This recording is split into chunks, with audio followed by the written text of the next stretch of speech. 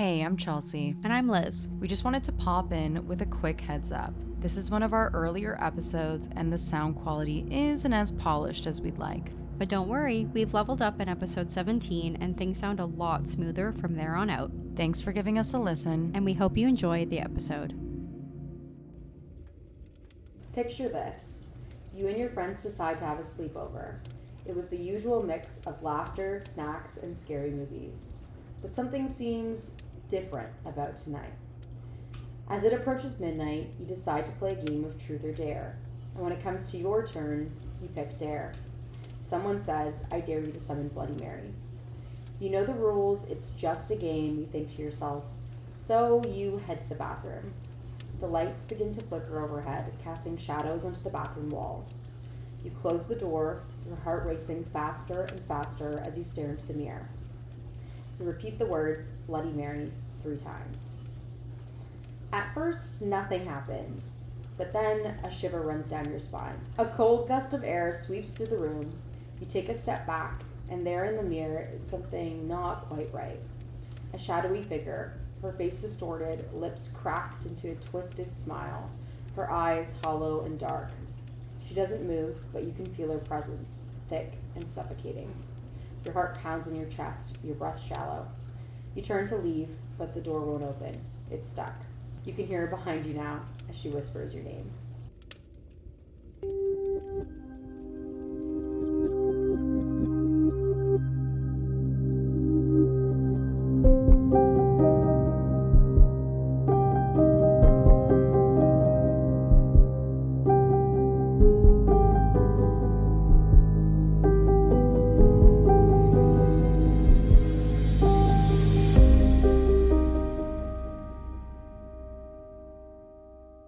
Welcome to Haunted Hangout, a podcast for those fascinated by the unexplained, captivated by the paranormal, and entranced by the absurd. I'm your host, Liz.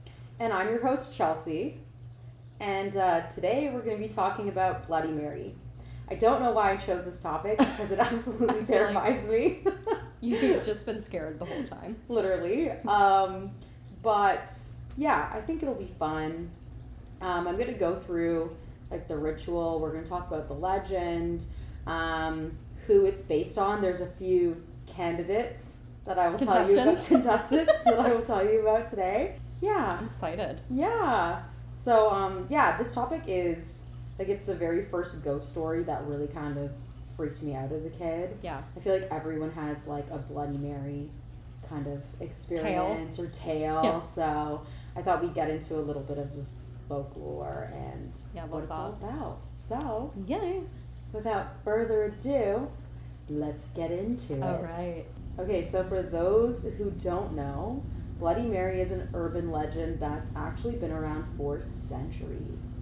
And there's a few different variations of how to summon Bloody Mary, but the most common one involves going into the bathroom with a candle. Obviously, you have the lights turned off. You stand in front of the mirror and then you chant Bloody Mary 3 times. There's some variations of this summoning. Some say, this one makes me laugh and I don't know why, it's so chaotic, but some say that the participant should walk up a flight of stairs backwards and then go into the bathroom, and just imagining someone doing that, like seeing it would be terrifying, but actually really imagining, first of all, I wouldn't make it up those stairs. No. I would fall my ass. I'd fall at least like 3 stairs up. I'd be like, no, I'm going down. Yeah, but that's like another variation. So you go, like, you walk up. You walk backwards, up the stairs, and then you go into the bathroom. And you go into the bathroom, and then you say Bloody Mary. And then you, like, 3 do times. the... Okay. Yeah. And then there's another variation that said that you have to say, "I believe in Bloody Mary" 13 times instead of 3 times, which is kind of weird. Okay. So, which seems long. That seems like it would take a while, but I do understand 13. 13, because there's so much, like, we could probably do a whole episode on, like, just the on number 13. Maybe I should do that, because I was born on Friday the 13th. So. Oh, I love that! It's so cool. All right, I'll look into it. Yeah, we should look enough into it. Shit there for an episode. I feel like there will be. Yeah. So if the ritual is completed correctly, the participant may see the apparition of Bloody Mary in the mirror, obviously. She may be drenched in blood. Ugh. She might scream, curse, strangle, scratch your face. Like strangle you through the mirror? Yeah. Like, so her arms, like, come out of the mirror. Which is actually just disgusting. I don't like that. Sorry, laughing is like the way I... This is how we cope. This is how I cope with being terrified. I just start giggling. Yeah. But I actually am scared. Or she might steal your soul. Or just Casually take your soul. Or she might be... This one actually terrifies me because, sorry, if you hear my washing machine, my laundry's finished. She might also be released from the afterlife to haunt the participant forever. Like, that would just suck. But also, like, what are the logistics of that, though? Because how many people do Bloody Mary? She can't haunt, like, millions of people who are doing this. That's fair. Right? Maybe she just picks one and she's like... What if... Sorry, I just had a weird thought. No, what if... Because I feel like for the people... Like, if it hasn't been working for people, is that because she's currently busy haunting someone else? Oh, God, I just got kind of goosebumps. Right. That's kind of horrifying. And then when it does work, she's, like, stopped haunting that like, person. hey, guys, I'm back. Oh. She's a working gal. I hate that so much. Sorry. Thank you for putting that thought into my head. No problem. That's great. Thank you for that. Okay, so now we're gonna move on to the origins of Bloody Mary. So as I told you before, we have a few contestants, and we're gonna go through, and then we can talk about which one you think is the most likely choice who Bloody Mary is based off of. So we're going to start off with some history. I'm going to take you all the way back to the 16th century to talk about Queen Mary I of England. So Mary I, also known as Mary Tudor, was the daughter of King Henry VIII. In my notes, you know, when there's the Roman numeral numbers, I literally put like 8th. Oh, I don't... like bracket 8th because I was like, damn. No, there's no way that I would There's no know. way I'm going to figure just this out. Just looking at a Roman numeral, what it, other than like 1, 2, or 3. Like 5, I'm like, that's a V, we got it. Yeah. Like, you know. Past that, I know. So, sorry, she was the daughter of King Henry VIII and his first wife, Catherine of Aragon. Mary was born on February 18th, 1516, so she's an Aquarius. And, oh wait, is she an Aquarius? She might be a Pisces. No, she's an Aquarius. I looked this up. Come on, Chelsea, get it together. And she's the most popular theory of who Bloody Mary is based off of. Although there's some other candidates, which I told you about, but we'll get to those. Yeah. So Mary had some pretty, like, sad shit happen to her in her life. Yeah. In 1533, she was declared illegitimate by her father. Rude. When he divorced Catherine, her mother, to marry Anne Boleyn, his mistress. And when Anne Boleyn had her daughter, Elizabeth I, Mary was stripped of her succession rights and her title as a princess, and she was just referred to the Lady Mary, which sucks. And she was forced to join Princess Elizabeth's household. So she was a lady in waiting to her half-sister. Yeah. I would be so fucking pissed. I'd be pissed. I would literally be haunting people for eternity. Oh, 100%. I would be so mad.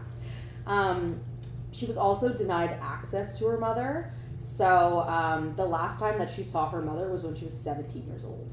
That, like, traumatic. let her see her mom. Yeah. Like just, come on. Why the fuck not? Such a dick. He Mary's... he really was. He really was. Mary's succession rights were then reinstated by her father in 1544. Okay. So, like, fast forward to, like, 10 years later, she's been her succession rights have been reinstated. Okay. Fast forward to 1547. So King Henry VIII dies, and when he dies, his son... Huh? Sorry, I said good riddance. Fuck that I was guy. like, what? Did I mess up this No, already? sorry. It's like, how do you know this? Oh, I don't. Okay, I was like, I did so much research. So King Henry VIII dies, good riddance. Yep. And when he dies, his son, Edward VI, is first in line to ascend the throne. Yeah. And Edward is Jane Seymour's son, and Jane Seymour is King Henry VIII's third wife. Yeah. Sorry, it's a lot. It's a lot going on. There's a lot, yeah. There's a lot. So Mary and Edward did not get along. Mary was a devout Catholic and Edward was a Protestant. Yeah. And during this time, Mary refused to renounce her Catholicism. Edward, when he became king, he removed both Mary and Queen Elizabeth I from the line of succession. Rude. Again, she's just been, you know, and replace them with his cousin, Lady Jane Grey, who we will get into. She's another one that we could probably do an episode on. I think there's something that she haunts the Tower of London. I'm sure there's a lot of people who haunt the Tower of London, but I don't We should even just know do a if Tower of London episode. Yeah, we should do a Tower of London. I feel like there's episode so too. many There's so much royal stuff that's people. happened there. Yeah. So just 6 years after her half brother became king, so Edward became king, in July 1553, King Edward dies at the ripe old age of 15. Oh, Jesus Christ. Not why we're laughing, it's fun. So he Back became then, king. that was fucking old. I know, middle-aged. but he became king when he was 9, turning 10. That just seems How? irresponsible. Like, You're a child is the king of England. just running a whole country. I don't understand. You should Riddle be me that playing with history. toys. Legit. And then once Edward dies, the throne goes to his cousin, Lady Jane Grey. Yeah. Who's proclaimed queen just 4 days after. Yeah. So then Mary rides into London with her half-sister Elizabeth, and they stage a successful coup d'etat. So they basically overthrew the government. Yeah. And Lady Jane Grey is imprisoned in the Tower of London. And then Mary is pronounced queen. So that's the history of Mary's story and how she kind of became the Queen of England. Yeah. So why is she known as Bloody Mary? So she earned the nickname, or one of the contestants of Bloody Mary. So she earned this title due to her violent persecution of Protestants during her reign from 1553 to 1558. So when she became queen, she sought to reverse the Protestant Reformation in England and restore Catholicism to the country. And during her reign, Mary actually reversed the hearsay laws, which states that a person who did not follow the faith of the realm will be burned to death. Casual. So that's fun. So during her reign, she actually executed almost 300 men, women, and children, which is really sad. That's just why. Like, there's no need for that. Yeah, really, really sad. And she burned them to death at the stake for not converting to Catholicism. And this was over like a pretty short period too. Yeah. She was in power for only 5 years, and a lot of the deaths happened within like a 3-year period. So like 100 a year. Yeah. Quite a lot. Quite a lot. Yeah. Yeah. So that's how she like earned this title of Bloody Mary, Yeah. because of her violent persecution of Protestants. So she is our first candidate All right. for Bloody Mary. Yeah. I mean, seems likely. Absolutely. Yeah. And now I'll go on to the second one, which I think you may have heard of her. Mm-hmm. She's really messed up. When I was researching her, I Yeah. was like, I can't believe this is a real person that existed. Like, Yeah. it's kind of crazy, some of the stuff that she did. Yeah. And I'll get into it. So her name is Elizabeth Bathory. And she was a Hungarian noblewoman who's notorious for torturing and murdering hundreds of young women during the 16th and 17th centuries. So she lived from 1560 to 1614. Okay. Interesting fact, her family apparently controlled Transylvania. I thought that was really Oh, interesting. So I Transylvania. had it in there. Her uncle was actually the king of Poland. So Okay. fun fact about her. So after her husband died in 1604, her cruelty just started spiraling. Like, there were accounts of her torturing and murdering peasant women, but they were ignored. And then when she started murdering and torturing wealthy young girls, then they were like, okay, we need to we need to do something. Wait a about second. this. Wait a damn minute. That's crossing the line. Yeah, that's where the line was drawn, Yeah. which is so sad. Yeah. So they sent this dude called Count Palatine. Oh, like Valentine. Oh, cute. It's cute. We're saying that because it was Valentine's Day yesterday. That's why that's we why. were saying that. It's actually cute. So Count Palatine, they sent him to investigate, and through his investigation, he estimated that she had tortured and killed more than 600 girls with the help of her servants. Jesus. 600 girls. And I'm going to tell you in detail about her crimes. This is a trigger warning because it is quite disturbing and graphic. Some of her victims were covered in honey and left outside for insects to devour. Ew. Gross. When it was winter, some women were forced to strip naked and take ice baths until they died. Okay. That's just bizarre. Yeah, honestly. why? Also seems terrible. I guess I get like hypothermia Yeah. and just, it seems like a terrible way to die. Yeah. She would sometimes torture the girls by driving needles into their fingers. Ew. Oh my god. Cutting their noses. Like off? Yeah. Or cutting their lips. Oh. Nose is something that, like, I don't know. That Yeah. would be so, Yeah. No, I hate that. freaks me out.